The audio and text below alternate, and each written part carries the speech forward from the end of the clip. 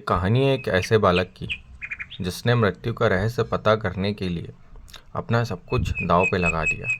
चलो फिर कहानी स्टार्ट करते हैं। ऋषि वाजिष्ठव एक यज्ञ कर रहे थे जिसमें उन्हें सब कुछ दान कर देना था, परंतु उन्होंने बूढ़ी और अनुपयोगी गाय दान में दी।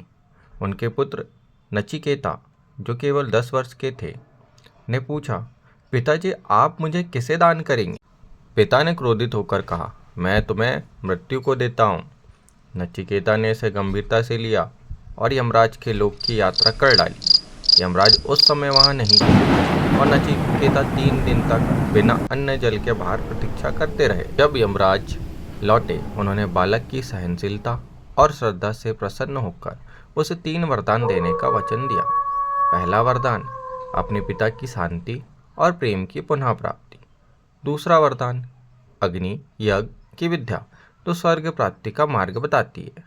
तीसरा वरदान, जो सबसे महत्वपूर्ण था, मृत्यु के बाद क्या होता है, यह प्रश्न जिसने स्वयं यमराज को भी विचलित कर दी। यमराज ने उसे लोभ देने की कोशिश की, स्वर्ण, ऐश्वर्य, लंबी आयु, सुंदर अप्सराएं, पर नचिकेता अडिग रहा।